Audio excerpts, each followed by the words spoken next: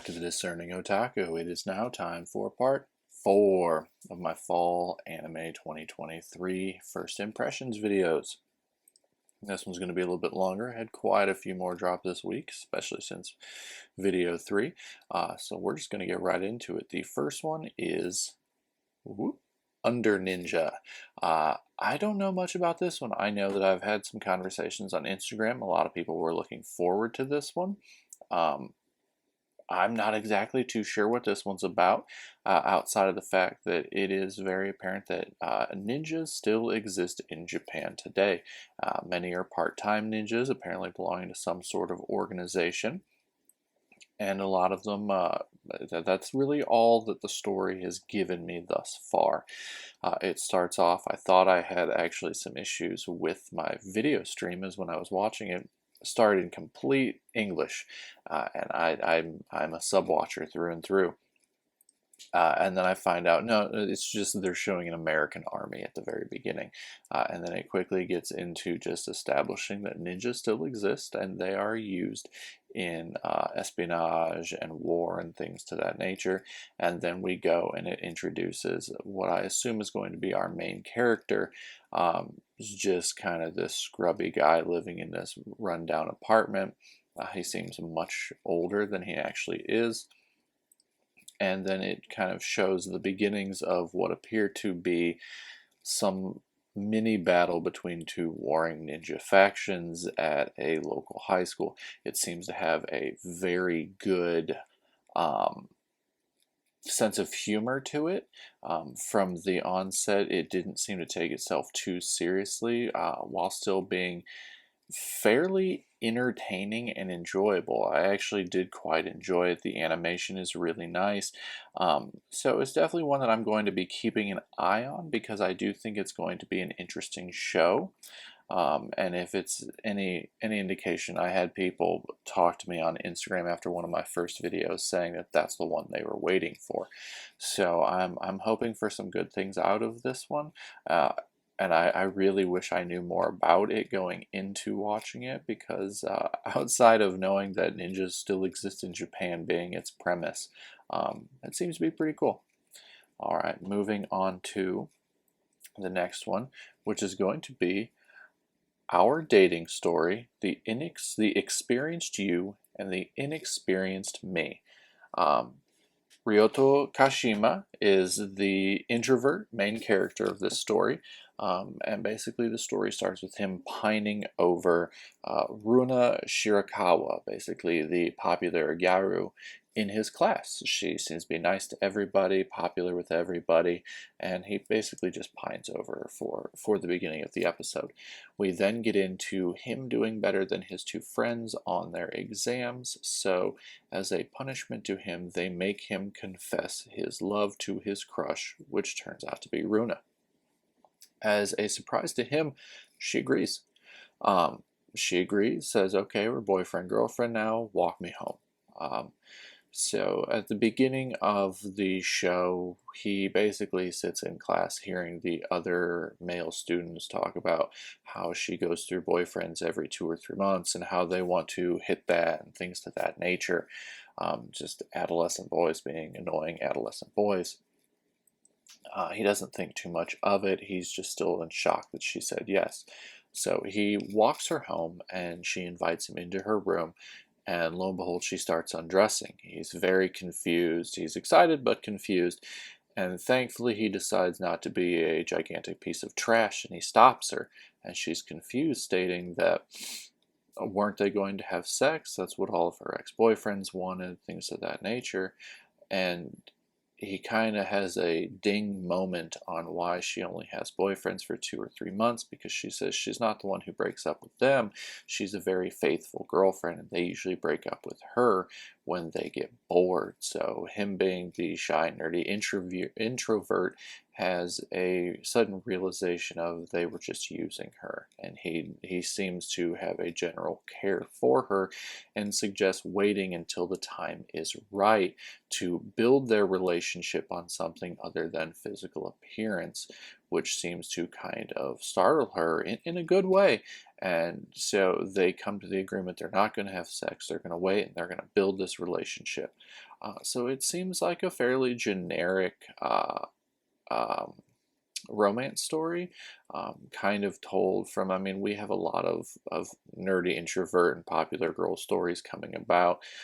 This one seems to be some sort of moral issue push with you need to think of yourself better, which isn't a negative thing by any stretch of the imagination. I think that's a good message to have. I just don't know if that's going to be enough of a plot point to maintain the show. Animation and character designs are very well done. No qualms there. Everything looks nice. It just remains to be seen. The story was paced a bit quick for the first episode, just to kind of get through all of that, to explain her past dating and him being nerdy. But other than that, if you're looking for just kind of a run-of-the-mill romance, this might be one for you. It's not bad. It just is. It exists, and it seems to be kind of all right so far. It just remains to be seen if it's going to keep up with that and how far the premise is really going to take it. All right, up next is going to be the Kingdoms of Ruin. I think this is going to be the dark show of the season, the Goblin Slayer, the redo of Healer, the show that tries to push things as far as they'll go. Basically, the story starts off talking about how God sent down witches, which are not humans. They are beings with magical powers meant to help humans out. To me, it kind of felt like witches in this instance may have been like an analogy for angels in a way, because they look like humans, but they have magical powers. Fast forward a little bit, and the humans have now started exterminating witches to reclaim their power over the world. So we go to Chloe, the ice witch, leading her apprentice Adonis, trying to find an area where they are safe. Adonis is a human that she has been teaching magic to, and they are trying to get out of the Radia Empire, who has used the gear expansion to basically think of it as like a revolutionary where they have a whole bunch of new technology. They're trying to flee the Empire to somewhere more safe for them. Lo and behold, they are transported back to the Radia Empire, and Chloe is brutally murdered in front of Adonis. And you kind of see in his head he snaps. We jump forward a little bit further, and the Radia Empire is still trying now not only to exterminate all witches, but trying to bend all other areas to their will. And we go into a cell where we see a bunch of females being held prisoner, and obviously pretty quickly they are being sold as slaves. One manages to get away, and through a oddly humorous little snippet in the show's rather dark tone, she unlocks all of the prison cell doors, and the big one that looks like a giant Iron Maiden whips open, and we see a very, very angry person that we can honestly assume is Adonis, still holding a glare from the day that Chloe was murdered. The episode cuts there, but it does appear to be in the same way that Redo of Healer was a vicious revenge story. I do feel this one is going to go that path. I haven't read the manga or read any source material on this to know how dark it's going to get, but it does seem to be a little bit on the darker side as far as fantasy stuff goes.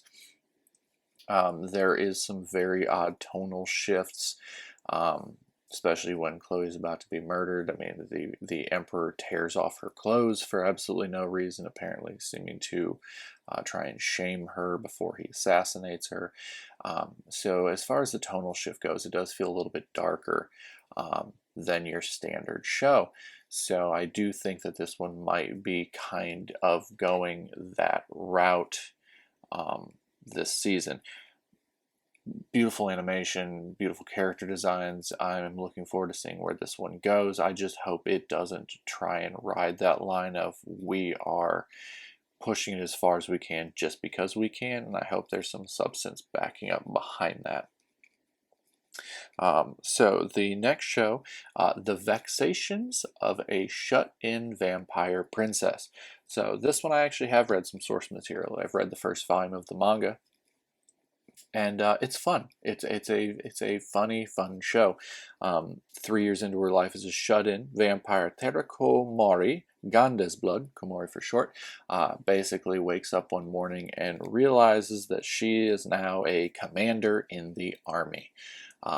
So the basis of this is she's one of the weakest vampires. She doesn't like drinking blood. She has no control over any magic, and she jokes with her doting father that she's going to be the empress one day. Well, the only way you can do that is by leading one of the armies, winning 100 wars, and then becoming a candidate to be that way. So her doting father pulls some strings and gets her put in charge of one of the armies.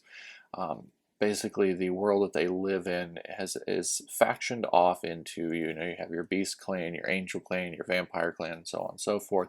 And in the middle, they have a giant warring area where they always wage wars. The reason why they do that in this area is anytime anybody dies through the magic in the area and in the world, they are all resurrected. So the wars are purely for entertainment. Now this might seem a little grim, but you also have to realize that this story is very much a comedy. The group that she has been put in charge from are basically the ones that don't get along with anybody else. As soon as she's put in charge, she goes to meet her army, and one guy basically flat out attacks her. She gets startled, slams the door, and literally beheads him and kills him immediately. The show does not take itself seriously. There are a couple moments of there's something else going on that it hints at. Obviously, in the first episode, it's not going to play out anything immediately, but it is a funny show. It's lighthearted. We're not talking like Disgaea level of comedy, but we're kind of inking towards that, where it almost could be an offshoot world within that same vein. I do enjoy the manga. It's very well written. It's funny. I did find myself laughing a couple points of it, so I am looking forward to this one. It's something that I will be watching and keeping up with. I hope that, because obviously I haven't read that far, I hope that the story actually stays interesting and stays funny and builds upon the characters and the grounds that they've set. And I think it could be one that's going to be quite underrated if it keeps up with that. All right, next up we have Undead Unluck.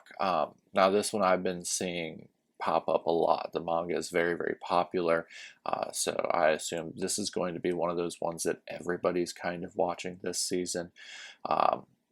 Basically, a Fuko passionate girl loves her romance manga, and at the beginning she finishes her manga series and she is determined she's now going to end her life. Just as she's about to jump in front of a moving train, she is stopped by undead. Come to find out, she actually has a condition where she is able to bring around people's bad luck or unluck. Now, Undead cannot die. He's attempted to die. He keeps getting raised up very, very quickly, and so he's fascinated by her. Immediately, she basically, skin-to-skin contact, and he just dies repeatedly. And so it's one of those things where he is looking to somehow find a way to die, and she is trying to find some sort of human connection because she can't. When her unluck started, she basically was hugging her parents goodbye as they were about to get ready to go on a plane, and the plane exploded, killing everybody in it. And ever since then, she's basically just kept to herself. Now, it may sound like a fairly morbid plot point, but the show is actually done in kind of a comical way. Because at the same time, they are both being chased by a group of people that seem to, they make mention of it, they're trying to go after these people that can kind of break the norms of humanity, people that have these strange powers. I just hinted at it in the first episode, so I think we're going to have kind of that little shonen tropey little thing with this mysterious group that's always coming after them while they're trying to find a way to help each other. But it is an interesting show. Animation's done very, very well. Character designs are fantastic. I have literally no issues with any part of it. I just hope that, once again, as I say with a lot of things, I hope it builds and doesn't just rely on that one little plot point. And if it does, I think it could be a fantastic one this season. All right, last up for this episode. It's not really a full-fledged series. This is more of a three-part kind of OVA. The first one I know was on YouTube, so I checked it out earlier, is Gundam Build Metaverse. So I'm not completely caught up on Gundam Build. There have been many, many seasons of it. I'm a long-time Gundam fan. I build Gunpla models. I play a lot of the games. It's something that I do enjoy. I wasn't a huge fan of Witch of Mercury. I know I'm probably like the only person that didn't really enjoy it. I just don't like the timid female trope. I want them to be strong. Enough about that. Gundam Build Universe is basically it's a side shoot. It's not a mainline Gundam series. It's all about the Gunpla models. Basically, in the Gundam Build universe, these characters basically build their Gunpla models. They put them into little VR type things, and then they pilot them and fight them in virtual combat. Super fun series. It really celebrates the years of Gundam in a different way. It's really trying to push model kits. I mean, I went and bought one today, but at the same time, it's fun. They're not bad by any stretch of the imagination. They're very entertaining. They always have their own little plot points, and they're really showcasing a lot of the design aesthetics and different Gundam designs throughout the years. This one, it just seems to be a little three-part series. Like I said, first episode's up on YouTube, so completely free to check out. For anybody who may or may not be familiar with the series, there are little things that you may miss if you're not completely caught up. I know I did. But it's fun about basically Ryo Hojo, who's just a boy learning about Gunpla, wanting to be better and better within this universe of building and of fighting and making friends and things like that. And it's just about his story.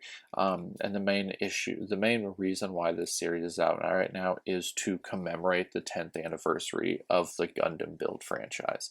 So it's really just a celebration of the series. But you know, it's fun. There's nothing wrong with that. And like I said, it made me go buy a new model. I'm gonna have to sit there and build, prime, and paint that one. So it did what it set out to do. But it was fun. Gundam Build Metaverse. I'm definitely. I mean, for three 30-minute episodes, this ain't gonna kill me. And for anybody who may not be familiar with it, it might be a nice jumping point to see if it's something that you're interested in, as Gundam can generally be pretty good time sink if you're trying to get into everything, as there's been countless series throughout the years. But alright, I think that's about enough for this video today on part 4. And as per always, watch more anime, read more manga. You guys have a great day.